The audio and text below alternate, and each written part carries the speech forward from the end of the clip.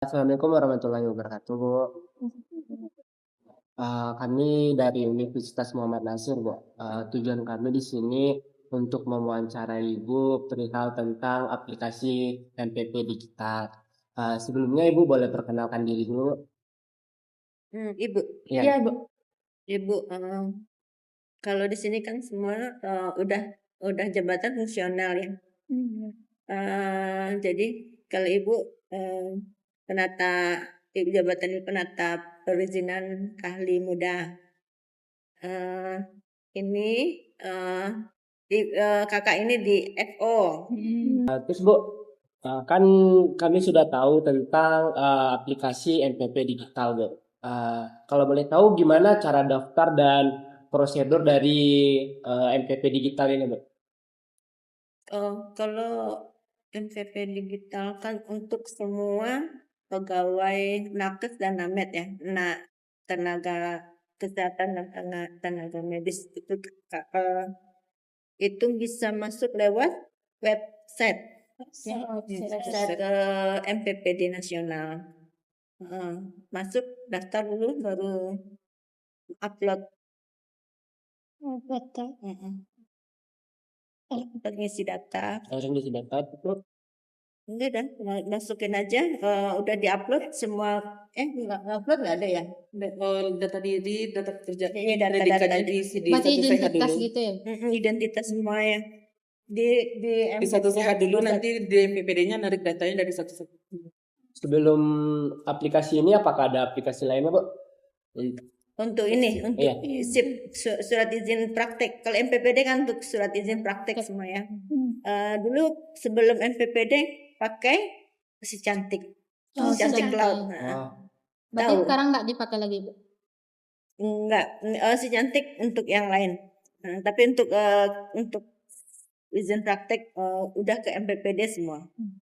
Menurut Ibu lebih fleksibel atau lebih mudah menggunakan dari MPP digital ini atau secantik ini, Bu? Sebenarnya sama aja. Sama. Sama aja. Apa saja fungsi-fungsi utama dari sistem ini, Bu? Dari MPP digital. Fungsi-fungsi utama. Ya, cuma untuk penerbitan SIP, surat izin praktek aja. Umumnya untuk praktek aja. Terus Ibu, jenis layanan apa saja yang diberikan kepada masyarakat melalui ini? Oh, berarti SIP tadi. Iya, SIP itu kan macam-macam. Iya, ada dokter, ada dokter spesialis, ada apoteker, macam-macam kan yang di tenaga kesehatan aja ada macam-macam. Nah, itu lewat SIP-nya lewat MPPD. Jadi kalau kendalanya itu ada nggak? Kendala pengguna? Kendala kalau sekarang ini kan dia masih baru ya. Masih ada maintenance, kadang-kadang pemohon juga ini apa namanya belum ngerti gitu kan. Umumnya itu aja karena dia masih baru. Jadi kalau sistem ini sangat membantu ya Bu dalam Pengajuan izin nasibnya ya insya Allah ya. sangat membantu. Kalau boleh tahu, Bu, selain dari MPP digital ini apakah ada aplikasi lainnya, Bu? Atau web gitu. Atau web, Bu, gitu? Untuk apa? Bukan untuk pelayanan di sini, Bu. Pelayanan semua izin atau yang untuk nakes ini aja? Untuk izin semua, Bu. Semua izin macam-macam. Ada OSS kan? OSS. Kalau OSS itu untuk izin-izin berbasis resiko. Basis risiko. Misalnya kayak izin apa ya? Izin usaha, izin klinik. Bagaimana sistem ini membantu dalam pekerjaan dan dalam pelayanan publiknya, Bu? Karena ini online kan, kita sebenarnya sedikit berinteraksi sama pemohon.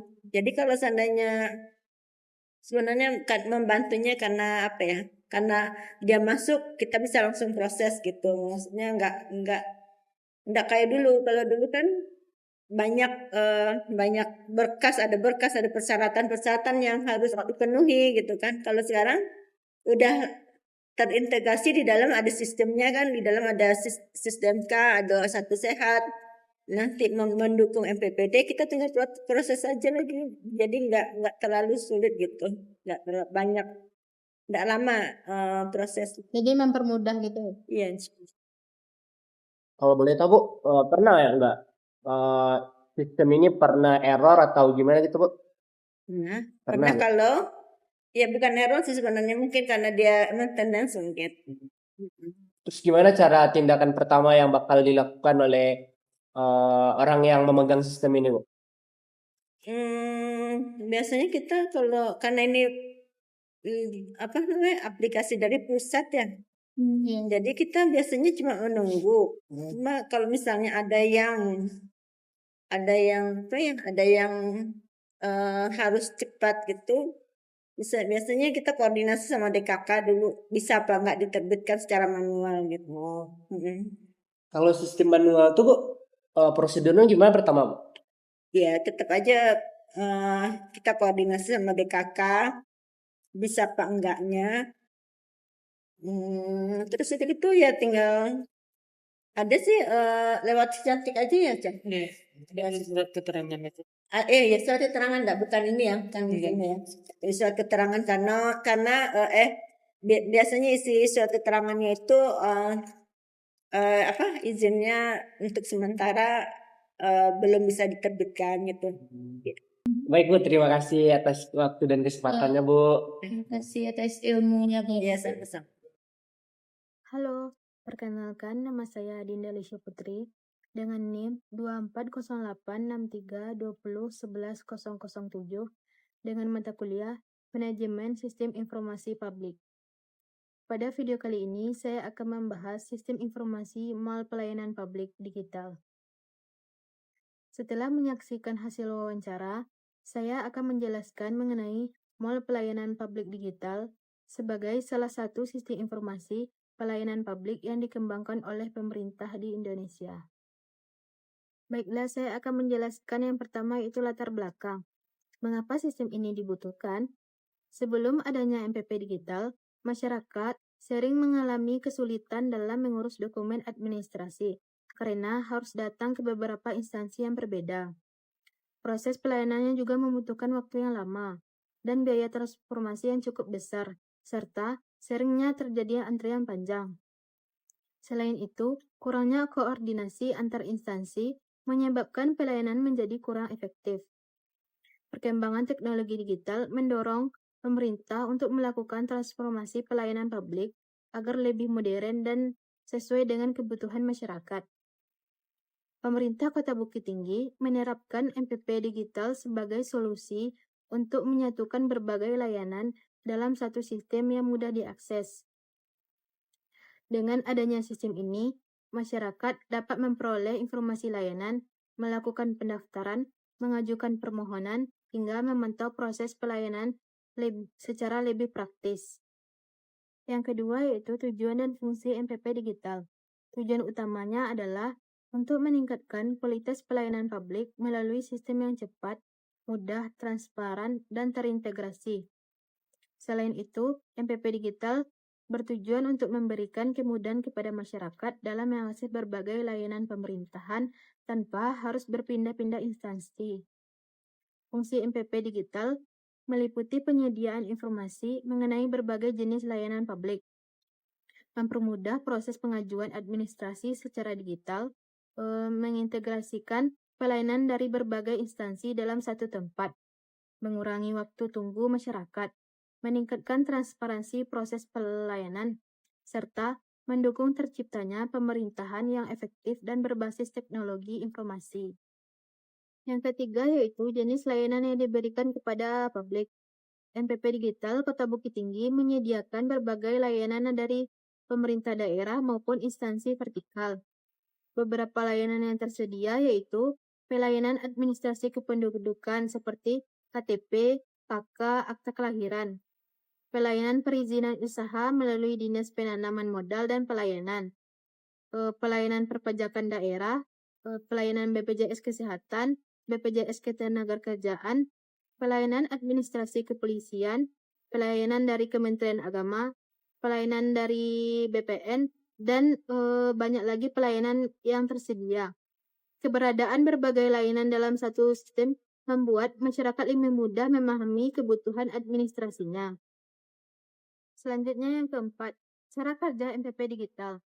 Mekanisme penggunaan MPP digital cukup sederhana. Masyarakat terlebih dahulu mengakses layanan melalui aplikasi atau web MPP digital maupun datang langsung ke mall pelayanan publik apabila memerlukan bantuan dari petugas. Selanjutnya, masyarakat memilih jenis layanan yang dibutuhkan, mengisi formulir secara online, serta mengunggah dokumen persyaratan yang diperlukan. Setelah permohonan dikirim, sistem akan meneruskan data kepada instansi yang berwenang untuk dilakukan verifikasi. Jika persyaratan telah lengkap, permohonan diproses sesuai dengan ketentuan yang berlaku. Masyarakat dapat memantau perkembangan permohonannya melalui sistem hingga dokumen selesai diterbitkan, atau pelayanan dinyatakan selesai dengan mekanisme tersebut. Proses pelayanan menjadi lebih cepat dan lebih mudah dipantau. Yang kelima yaitu manfaat MPP digital. Bagi masyarakat, MPP digital memberikan banyak manfaat seperti penghematan waktu, mengurangi biaya transformasi, mempercepat proses pelayanan, mempermudah akses informasi, serta memberikan kepastian mengenai prosedur dan persyaratan layanan. Masyarakat juga dapat memantau status pengajuan secara lebih transparan. Bagi pemerintah, MPP digital meningkatkan efisiensi pelayanan, memperkuat koordinasi antar instansi, serta mendukung pelaksanaan sistem pemerintah berbasis elektronik. Selanjutnya yang keenam yaitu tantangan dalam implementasi. Walaupun memberikan banyak manfaat, penerapan MPP digital masih menghadapi beberapa tantangan. Tidak semua masyarakat memiliki kemampuan menggunakan teknologi digital, sehingga masih membutuhkan pendampingan dari petugas. Selain itu, kualitas jaringan internet yang belum stabil di beberapa wilayah dapat menghambat proses pelayanan. Tantangan lainnya adalah perlunya peningkatan keamanan data agar informasi masyarakat tetap terlindungi. Pemerintah juga harus melakukan pembaruan sistem, meningkatkan kompetensi sumber daya manusia, serta memperkuat koordinasi antar instansi agar seluruh layanan dapat berjalan secara optimal. Nah, kesimpulan dari saya, menurut saya MPP Digital Kota Bukit Tinggi merupakan inovasi pelayanan publik yang sangat baik karena mampu mempermudah masyarakat dalam mengakses berbagai layanan pemerintah secara cepat, mudah, transparan. Serta sistem ini juga menunjukkan bahwa pemerintah mulai memanfaatkan teknologi digital untuk meningkatkan kualitas pelayanan kepada masyarakat. Meskipun masih terdapat beberapa kendala, dengan terus melakukan pengembangan teknologi, meningkatkan kualitas sumber daya manusia, serta memberikan edukasi kepada masyarakat, MPP digital diharapkan mampu mewujudkan pelayanan publik yang semakin efektif, efisien, modern, dan berorientasi pada kepuasan masyarakat. Sekian presentasi yang dapat saya sampaikan. Semoga materi ini dapat bermanfaat dan menambah pemahaman kita mengenai pentingnya transformasi digital dalam pelayanan publik.